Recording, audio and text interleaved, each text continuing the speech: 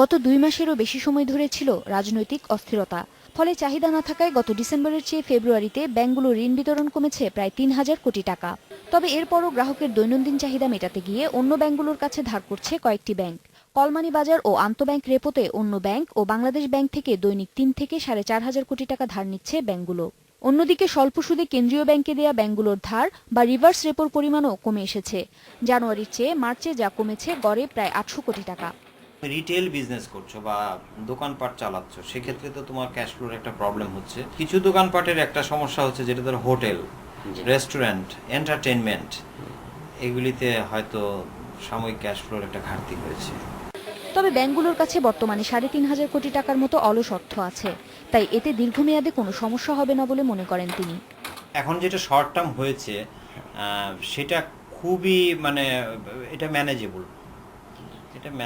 এটা এতটা সহজেই ম্যানেজেবল যে ইকোনমি আমরা ওরকম কোনো কিছু ভাবছি না। ব্যাংকগুলো ঋণ আদায় নিয়মিত হলে পরিস্থিতি স্বাভাবিক হয়ে আসবে বলে আশা করেন তিনি। উমন হারাজমি, ইন্ডিপেন্ডেন্ট নিউজ, ঢাকা।